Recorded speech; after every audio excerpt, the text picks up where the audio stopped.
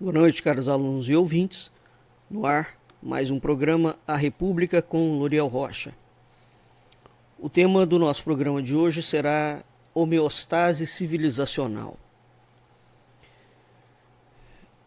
Para tanto, nós vamos promover a leitura e fazer os comentários do artigo do professor Jorge Boaventura, intitulado Homeostase Civilizacional, argumentação científica que conclui pelo surgimento, já muito próximo, de uma nova civilização sobre os escombros da nossa.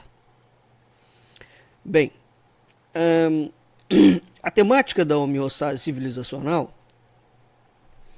é uma temática sobre a qual nós já abordamos em outros programas. Sucintamente e de uma forma muito superficial, a homeostase indica uma crise civilizacional, né, e um declínio civilizacional. Esse declínio, evidentemente, é um declínio invernal, né, é um declínio em que a civilização, ou aquilo que nós conhecemos como civilização, cujo padrão moral, comportamental, racional, vigorou durante um certo número de séculos, e aquela civilização termina, rui. Não é que o mundo acaba. Isso não tem um sentido apocalíptico, né? Aquela civilização entra em declínio e surge outra. Quer dizer, quando nós estudamos a história da humanidade, este ciclo é um ciclo comum. Ele é um ciclo que é perfeitamente claro ao longo do deslocamento dos povos, né, civilizacionais. E quando nós olhamos, já dei muita palestra sobre isso, esse deslocamento a gente verifica claramente que a chamada precessão dos equinócios, né, que ocorre através de uma translação celestial, à medida que muda a estrela polar norte e mudando o signo, né, quando muda o signo desse norte de hemisfério celestial, mudam-se as civilizações. Isso tem uma faixa de 2000 e poucos anos. Bem, este é um grande ciclo. Ao longo deste grande ciclo, cria-se uma era, nós temos pequenos ciclos. Então vamos tentar explicar aqui melhor. Fala-se muito da passagem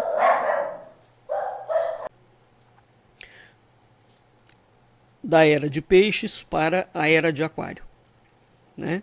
A era de aquário seria essa nova era que estaria entrando no planeta. Durante a era de peixes, portanto, marcado ali, digamos, vamos referencial do nascimento de Cristo até os dias de hoje, quantas homeostases civilizacionais nós já tivemos? Cristo nasce com a civilização romana no seu apogeu, né? Digamos assim. Roma, por sua vez, emerge depois do declínio da Grécia. Depois de Roma, nós temos o surgimento do cristianismo. Aqui fazendo uma cronologia muito básica, né? Dentro do cristianismo, nós temos vários movimentos que vão acabar desembocando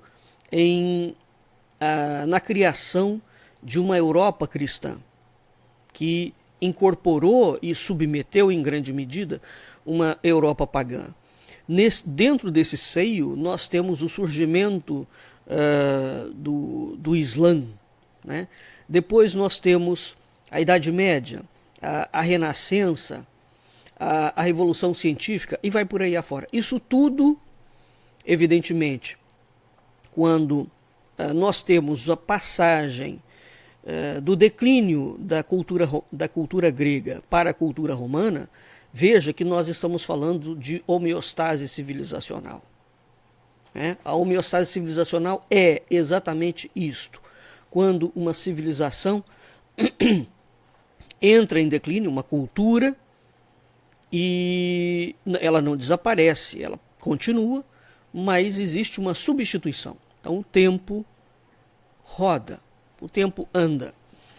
Bem, o que o professor, feita esta analogia, o que o professor Jorge Boaventura está querendo nos dizer acerca de homeostase civilizacional? Né? Então vamos começar aqui o texto.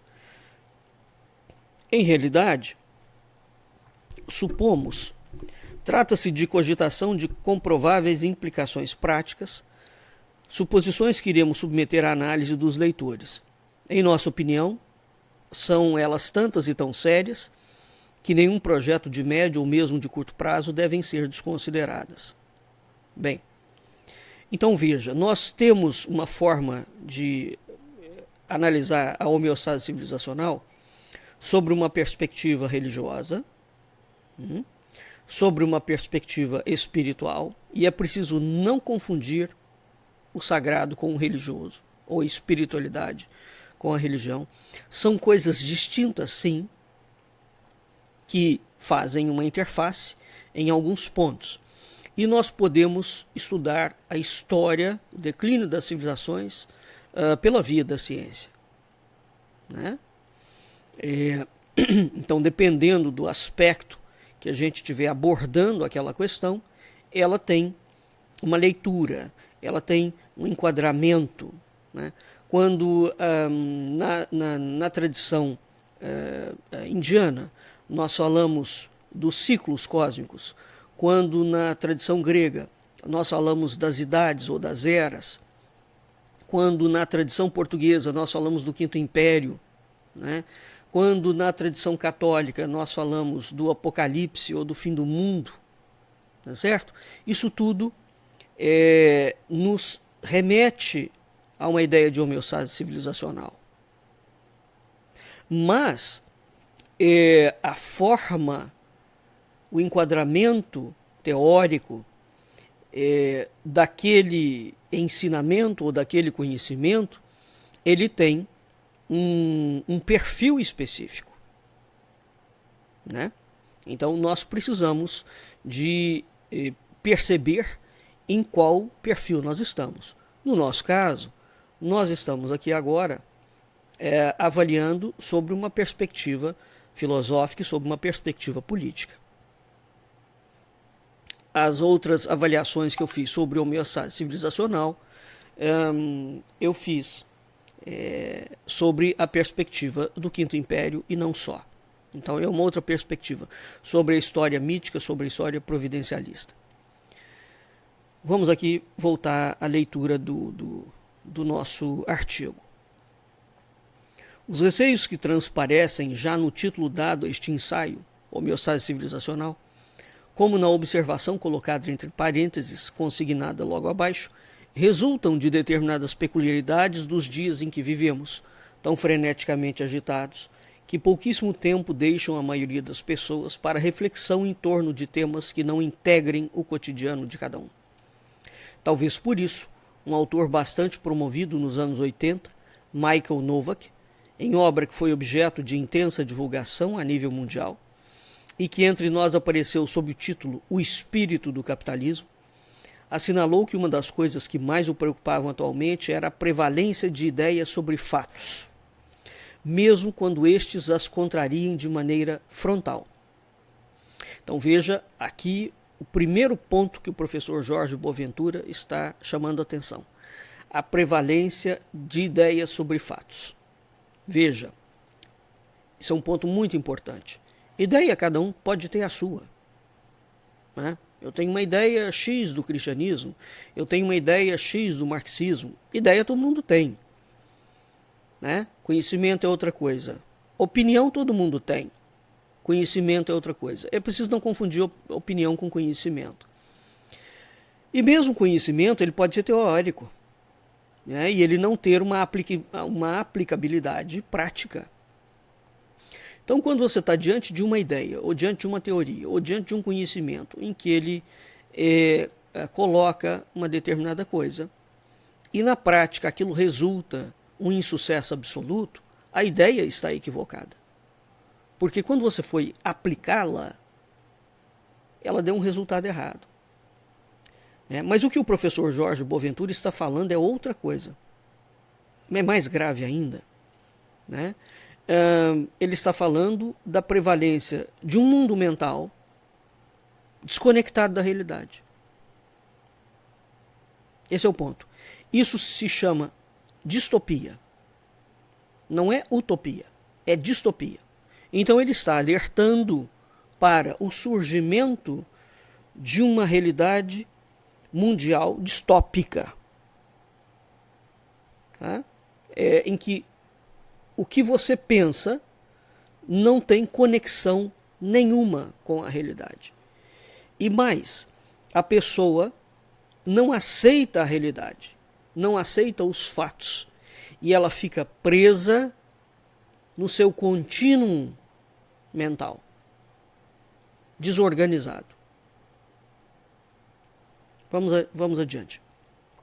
Supomos que o autor em questão refira-se simultaneamente ao ritmo frenético com que são desempenhadas as nossas tarefas e a multiplicação e sofisticação crescentes das técnicas explícitas ou subliminares de introdução de ideias e de conceitos, capazes em escala ascendente de condicionar opiniões, desencadear sentimentos e induzir comportamentos. Veja, isto aqui que ele está falando, é extremamente aplicável no mundo de consumo que a gente vive. Pois o que move o consumismo é exatamente isso. Nós somos emprenhados com uma série de ideias e de desejos de coisas para possuir coisas que não necessitamos, via de regra. E isso hoje é algo tão automático no mundo, sobretudo com a ideia de empreendedorismo. Cada indivíduo, cada ser humano hoje, ele praticamente tornou-se, é um convite para que ele se torne empreendedor, ou seja, para que ele vá ao mercado e viva só de produzir coisas para as pessoas consumirem. Isso se tornou, de fato, uma realidade da cultura moderna. E ela é tão entranhada no dia a dia que nós não nos damos conta disso. Então, desapegar-se do consumo, para nós, sobretudo ocidentais, é algo praticamente impossível. E ele demandaria um exercício, aqui sim, espiritual, uma disciplina espiritual muito intensa. Mas também o sagrado, o transcendente, as religiões foram desacreditados pelo capitalismo e pelo liberalismo, depois da Revolução Francesa. Então nós vivemos num mundo vazio de sentido. Não há sentido algum. E o que tomou o lugar da transcendência foi a matéria e o consumo, no seu aspecto mais vulgar e mais básico. Continuemos. Assim, não nos parece fora de propósito sublinhar a tendência, cada vez maior, presente em todos nós, de aceitar como bons conceitos, ideias e atitudes que não resultaram de elaboração pela nossa própria inteligência, mas simplesmente passam a ser aceitos porque todo mundo pensa assim, todo mundo age assim, e daí por diante. Para dar apenas um exemplo, a nossa visão crítica, exposta a tantas influências e estereótipos, geralmente não percebe que os qualificativos novo e bom não são sinônimos. Entretanto, quantas vezes ouvimos alguém, para julgar alguma coisa, usar como argumento que ela deve ser adotada ou aceita porque é novidade ou é moderna? Não obstante, na maioria esmagadora dos casos, o que é apresentado como novo não merece o rótulo que lhe é aposto para facilitar-lhe o trânsito, e, quando o seja, deve ser encarado com cautela para que, à luz da experiência, revele se representa, de fato, progresso em relação aos objetivos reais e mais profundos dos seres humanos, que, afinal, basicamente, o que buscam é a felicidade. Então, veja, Aqui tem os textos do professor Jorge Boaventura, são textos muito densos. Esse homem era um pensador muito fecundo, né? E eu tenho várias obras dele. Foi um autor que eu acompanhei, conheci. Ele tinha um programa de televisão diariamente. Eu tive a oportunidade, muitos devem ter tido também, de vê-lo atuando, né? Era uma inteligência realmente brilhante. E de modo que cada parágrafo, cada ideia que ele coloca, nós podemos abrir aquilo em leque, né, de um modo bastante aprofundado. Então, aqui no nosso formato de programa não tem como fazer isso, né? Mas o que ele está colocando aqui é que esse espírito de manada, todo mundo pensa assim, a unanimidade nunca teve razão, a massa nunca teve razão. Isso é histórico, não é? A massa não detém a verdade. Isso é histórico, né? Então, esta ideia, este argumento de que todo mundo faz assim, portanto eu vou fazer, é esse o argumento. Isso demonstra cabalmente que a sociedade é refém não da verdade, mas de um corpo de ideias que lhe é introduzido por uma empresa. Esse é o ponto, né? Então, além disso, nós não distinguimos hoje mais um produto original de um produto que é simplesmente uma cópia de alguma coisa, apresentado com um rótulo de novo e de bom. Vamos pegar aqui um exemplo concreto. Existe um judeu americano chamado Michael Pollan. Ele tem várias obras sobre alimento, e numa das obras ele fala que aquela ideia de que você é o que você come, não é? Ele fala que a avó judia dele ensinava que não coma nada que não seja comida, que não seja considerado alimento. Hoje nós comemos várias coisas que são processadas industrialmente. Isso não é alimento, não é comida, é produto industrial. Danone, a marca, né, o iogurte industrializado não é iogurte. Margarina não é manteiga. A manteiga que muitas indústrias vendem, na maior parte não é manteiga. O pão que nos é vendido não é pão. O trigo não é trigo, não é o trigo original. É por isso que hoje as pessoas têm muito problema celíaco, por exemplo, né? Uma sequência de hambúrgueres ou de carnes ou de seja lá o que for processado. Então nós temos a batatinha frita, esses salgadinhos todos, a quantidade de chocolate, balas, doces, enfim, tem uma infinidade de coisas que são nos apresentadas como boas, mas elas são boas para quem? O incentivo completo à bebida e ao alcoolismo. Hoje as pessoas acham normal beber até cair e ficar jogado pelas tabelas. O incentivo a essas músicas absolutamente desconcertantes,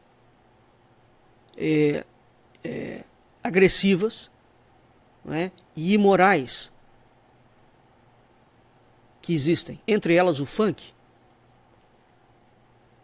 com apologia à violência clara, com apologia à imoralidade clara. As pessoas não estão vendo que tem algum problema, no mínimo na letra ou naquele batidão. Quer dizer, até que ponto nós podemos aceitar que o ser humano perdeu completamente a capacidade de inteligir sobre o seu ambiente, de raciocinar entre o que é certo e o que é errado, porque aquilo é novo, aquilo é bom. Quantos artistas, quantos exemplos que a televisão nos dá, que o cinema nos dá, que as indústrias nos dão de coisas que são péssimas, são imorais, são ilegais, são degradantes, são destrutivas. E o que leva o ser humano a não perceber que está consumindo este tipo de coisa tóxica que vai inevitavelmente destruir a sua mente, o seu comportamento, a sua emoção. E por tabela, desestruturar a sociedade. Então, se a sociedade está em homeostase civilizacional, aqui filosoficamente falando, a homeostase não é um ente em si. Ela é um efeito colateral de uma postura individual, né, que, quando é somada quantitativamente, quando ela entra no coletivo do mundo, então a visualização da decadência é a visualização de um processo de autodestruição. Esse é o ponto.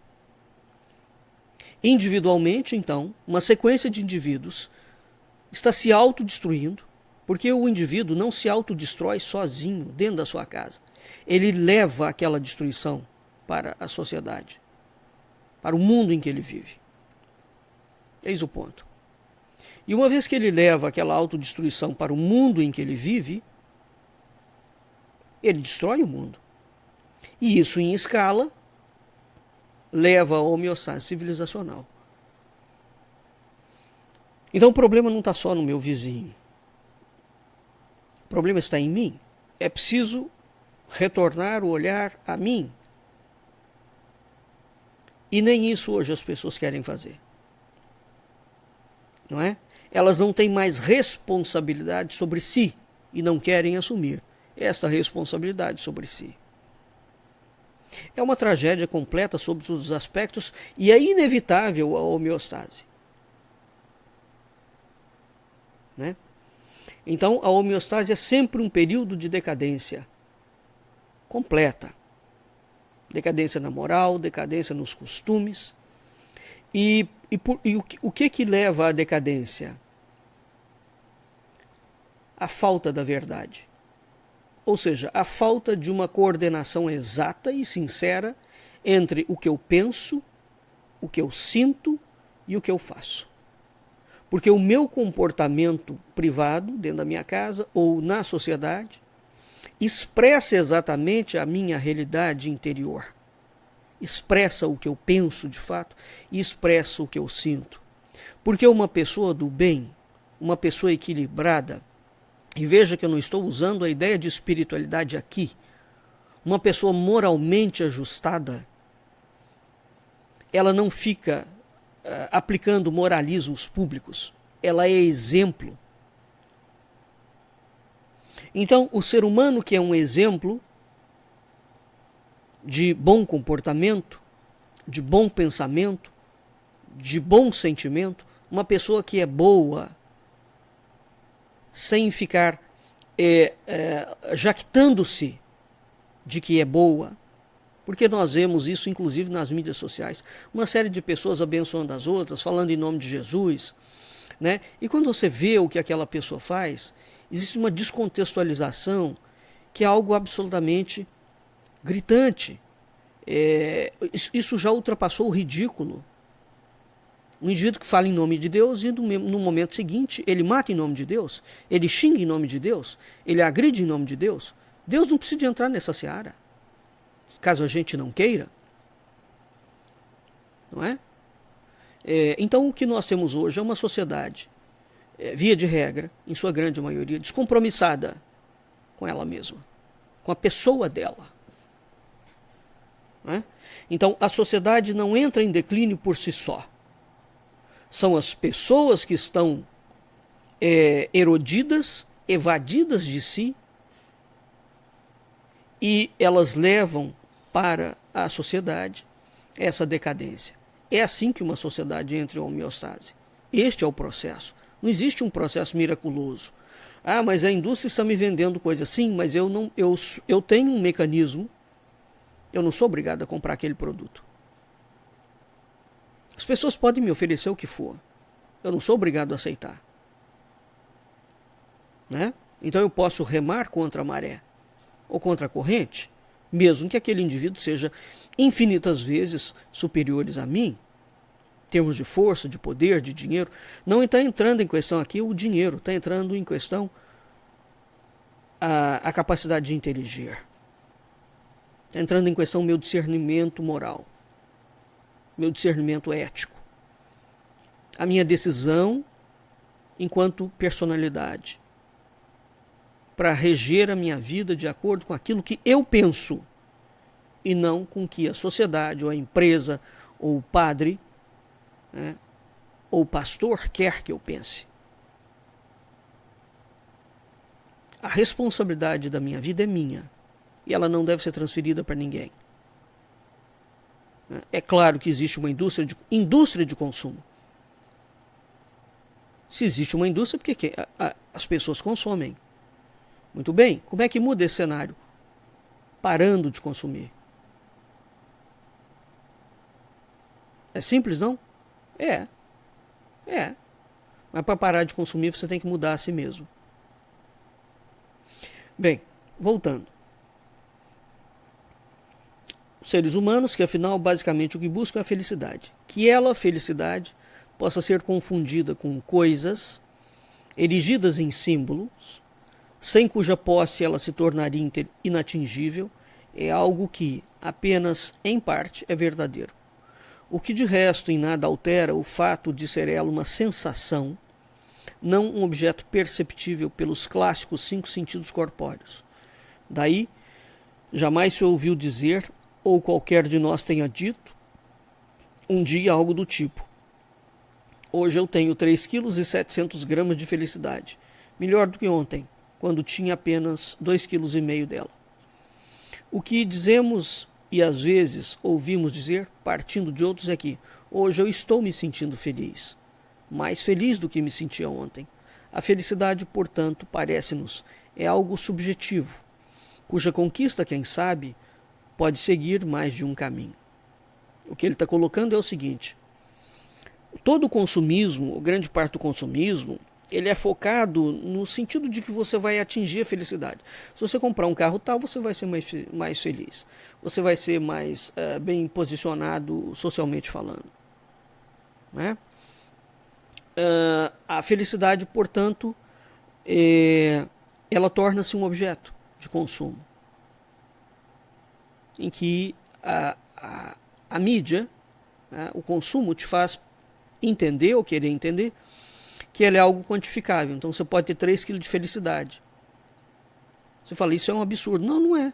Se você comprar o liquidificador, o carro, o sapato, o terno, o batom, o shampoo, então são objetos que pesam, que têm valor. Você está colocando em quilos a felicidade. Mas a felicidade não é um objetivo de vida, filosoficamente falando e espiritualmente falando. E nós não passamos todo o tempo da nossa vida feliz.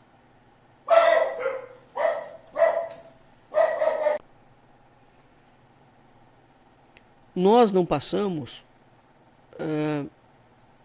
todo o tempo da nossa vida focado em obter felicidade. Ela não é um produto. E não há como trabalhar para fazer a felicidade vir. Não é? É uma sensação. A gente percebe algo e que transforma em felicidade, assim como a saudade. Mas ela não é quantificável. Né? Bem, então, como é que a gente atinge a felicidade é um mistério, ou o momento em que ela aparece. A gente pode pensar que ela vem quando nós conseguimos determinadas coisas materialmente falando. Claro que não. Não tem nada a ver.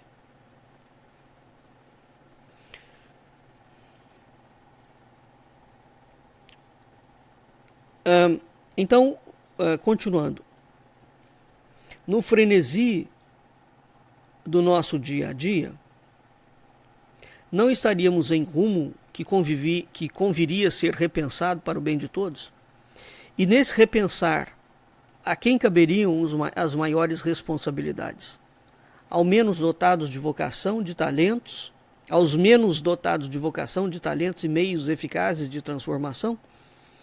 Antes de nos abalançarmos a propor, para análise dos que venham a ocupar-se com a leitura deste ensaio, respostas que nos pareçam dignas daquela análise, seja-nos permitido lembrar alguns conceitos, hoje bastante difundidos, essenciais à compreensão do que desejamos significar com a expressão, esta sim inovadora, de homeostase civilizacional. Então,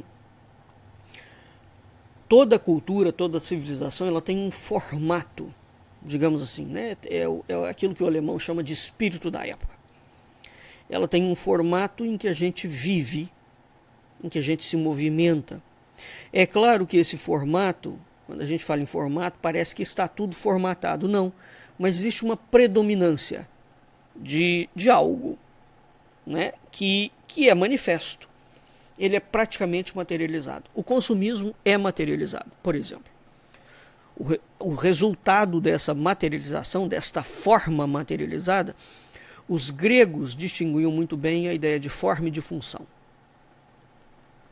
Né? A cabala judaica ensina muito bem sobre o mundo da emanação, o mundo da criação, o mundo da manifestação e o mundo da forma. São planos completamente distintos.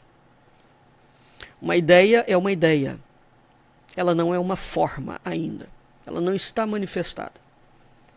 Então você pode ter uma manifestação e aquela manifestação pode não ter forma. E você pode ter uma forma manifestada dentro da manifestação. São coisas completamente distintas. Tá claro? Então, toda cultura, quando a gente coloca assim, cultura japonesa, cultura grega, né? Cultura indígena, cultura africana, mesmo que genericamente, cultura muçulmana, do que nós estamos falando? Nós estamos falando exatamente disto que é aparentemente invisível, né? Ou seja, de uma forma civilizacional, de uma manifestação que caracteriza aquele povo de tal forma, de tal modo, aliás, que eu distingo. Eu não confundo um japonês com um norueguês, enquanto cultura, por exemplo. Então, que mistério é esse?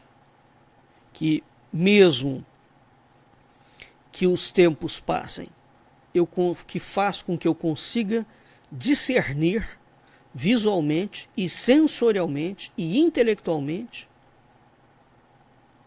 as culturas, os povos, porque eles têm talento, eles têm vocação, eles têm habilidades específicas, ele tem um pensamento específico, ele tem um corpo filosófico específico, ele tem um corpo religioso específico. Isso dentro de uma ordem eminentemente prática. Tá claro? Então, nós temos, quando a gente pensa na cultura moderna, ela tem a mesma coisa. Né? Ela tem a mesma coisa, com um agravante. De fato, depois da Revolução Francesa, nós temos uma universalização dos costumes, dos defeitos, sobretudo dos defeitos. Né? E é de tal forma perceptível este tipo de decadência dos tempos que muitos sábios, muitos filósofos, muitos intelectuais europeus, a partir de um determinado momento, depois da Revolução Francesa, começaram a ir buscar respostas para o mundo no Oriente, na Ásia, na Índia, na China. Né? E hoje nós convivemos com esses pensamentos orientais, tendo a ilusão, que é falsa, de que o Ocidente não carrega mais nenhuma espiritualidade. Sim, ele carrega. Ela está muito ofuscada, porque o Ocidente, de fato, entrou dentro de uma materialização completa, né? Onde ele aboliu, de fato, o mundo da transcendência. no Oriente e mesmo no Islã, isso ficou muito preservado. Né? Então há culturas que conseguiram não fazer esse processo com essa rapidez. Né? Mas o fato isso não é uma ideia, isso é um fato. Nós temos uma sociedade, portanto, que depois da Revolução Francesa alargou uma série de comportamentos que são terríficos em escala mundial, né? Pelo menos para aquilo que a gente denomina Ocidente.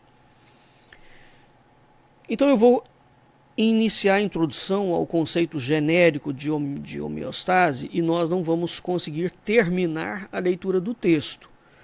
Então, nós vamos precisar de mais um programa ou dois, né, para a gente concluir essa leitura. Mas eu vou iniciá-la. O sentido genérico do conceito de homeostase.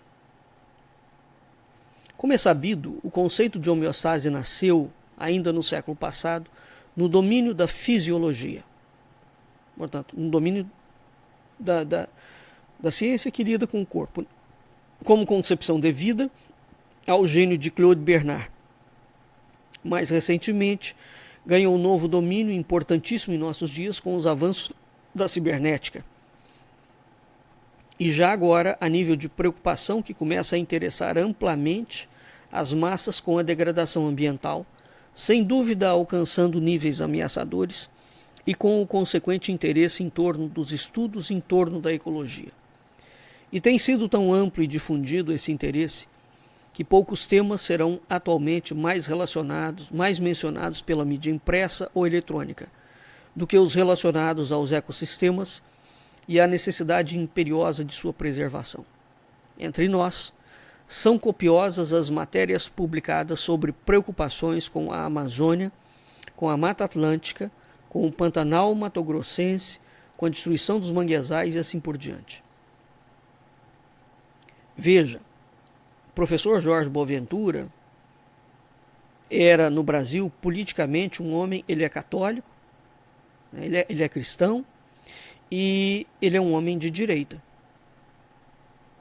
E é muito amigo da estrutura militar, né, do pensamento militar. Tá claro? Então isso que ele está falando, veja, era um homem muito lúcido. Ele tem um discurso, digamos assim, na sua grande medida, bem diferente do discurso da falsa direita que existe hoje no Brasil. Existe de fato um problema ambiental. Isso é um fato, isso não é uma ideia. Né? Basta nós andarmos pelo Brasil e vermos como estão os rios, todos assoreados, por ação de desmatamento. Então, é esse predomínio das ideias sobre os fatos que o professor Jorge Boaventura, dentro daquilo do entendimento que ele tinha, porque cada um de nós tem um entendimento sobre o mundo, e esse entendimento nunca é absolutamente exato, não é? Mas é o entendimento que nós temos, de acordo com a capacidade que a gente tem de interagir, né? O transforma num pensador vigoroso. Então, quando a gente lê um autor, nós não temos o compromisso de concordar com tudo que o autor fala. Em primeiro lugar, esse ego de concordar ou discordar, essa postura antiacadêmica, ela tem que desaparecer. Nós temos que, em primeiro lugar, tentar entender o que o autor está propondo. E aí, depois, a partir do nosso próprio conhecimento, fazer uma reflexão em cima daquilo e discordar com fundamentação. Então, concordar ou discordar de uma ideia, automaticamente, é a forma mais eficiente de mostrar imaturidade intelectual. Bem, então aqui ele conta a origem desse termo, né, que ele passou aqui para o plano político. Ele começa no campo da fisiologia, vai para os avanços da matemática, portanto da cibernética, não é? E depois passa para a ecologia. Não é objetivo deste ensaio entrar detalhadamente em assuntos pertinentes à especialização de ecologistas ou da engenharia ambiental, de defensores ou opositores do desenvolvimento sustentado. De vez que o que tentamos propor à consideração dos que venham a lê-lo é a aplicação, essa de fato inovadora, do conceito de homeostase ao que chamamos de formato civilizacional, ou mais simplesmente civilização, sempre produzida pela cultura, que teve origem e lhe traçou as características peculiares básicas que nos permitimos designar como formato civilizacional. Aqui eu quero fazer um paralelo, um preâmbulo, aliás. Sobre cultura, nós já fizemos muitos programas. E eu advogo e defendo a linha do Vicente Ferreira da Silva, né, que toda cultura nasce de um mitologema. O surgimento de uma cultura é um surgimento sempre misterioso. Ele é um surgimento hierofânico. Ele não é um produto da mentalidade humana. Então, quando a gente fala em homeostase civilizacional, não é a desaparição da cultura, mas é algo dentro daquela cultura que vai desaparecer. E às vezes aquela cultura desaparece mesmo. A cultura egípcia desapareceu. A civilização egípcia, é óbvio que ela foi diluída ali, mas ela, como se apresentava, desapareceu completamente, né? Então é muito inovador o conceito que ele traz, porque este conceito da homeostase civilizacional, é o que eu falei para vocês, é um conceito que existe, né, dentro da ótica das profecias, do apocalipse, da religião, da ideia de sagrado e mesmo da ideia filosófica. O oriental, o indiano, o chinês, o grego, né, mesmo o romano, eles não tinham o conceito de apocalipse. Esse conceito é cristão. Ou seja, que o mundo acaba e começa um novo mundo. Eles tinham um conceito de era, né? Eras que se sucedem umas às outras. Agora, essa sucessão implica sempre um declínio de um período para outro período. É óbvio. Então, há quatro ou cinco grandes sucessões, e depois em que o período vai mudando e ele vai declinando cada vez mais, até que chega a um declínio pleno, em que você tem o ressurgimento de alguma outra coisa. Então, evidentemente, que para algo declinar e algo surgir, algo no seio, uma semente no seio daquela sociedade que está em declínio, está florescendo no meio daquele caos, que é o que existe atualmente. Então, o que existe de semente sendo semeada? Quem está semeando? E quais são essas novas sementes que hão de florescer? Eis o ponto da percepção importantíssimo para nós refletirmos sobre essa ideia de homeostase civilizacional.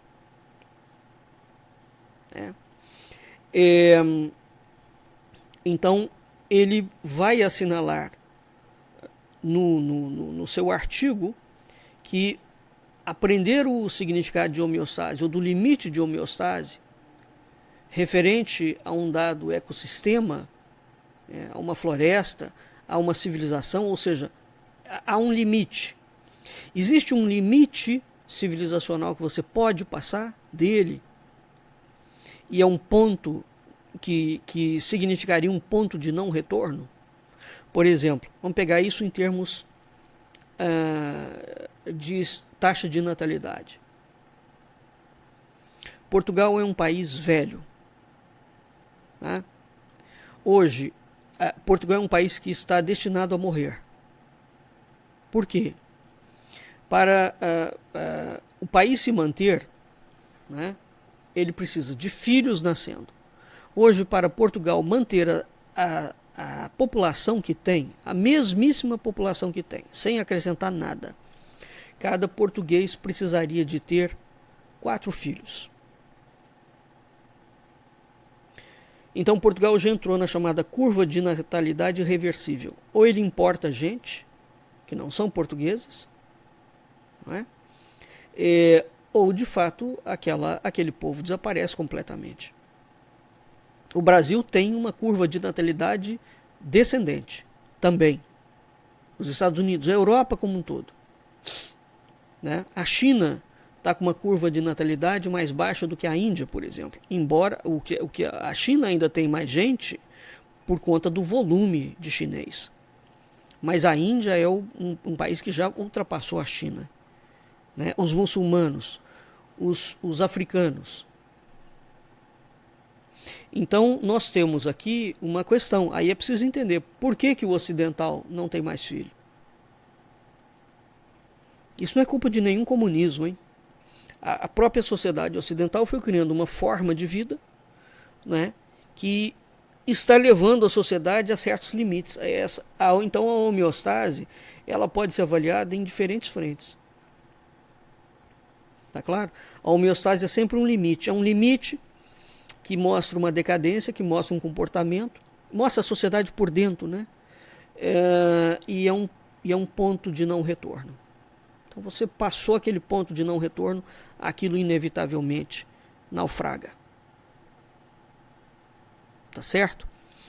Bem, então eu quis começar o nosso ano de 2024 com este texto muito importante e nós vamos dedicar aqui 1 mês, 2 meses a esse estudo de perspectivas civilizacionais.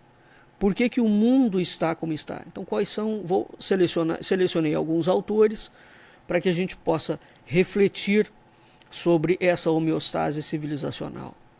Né?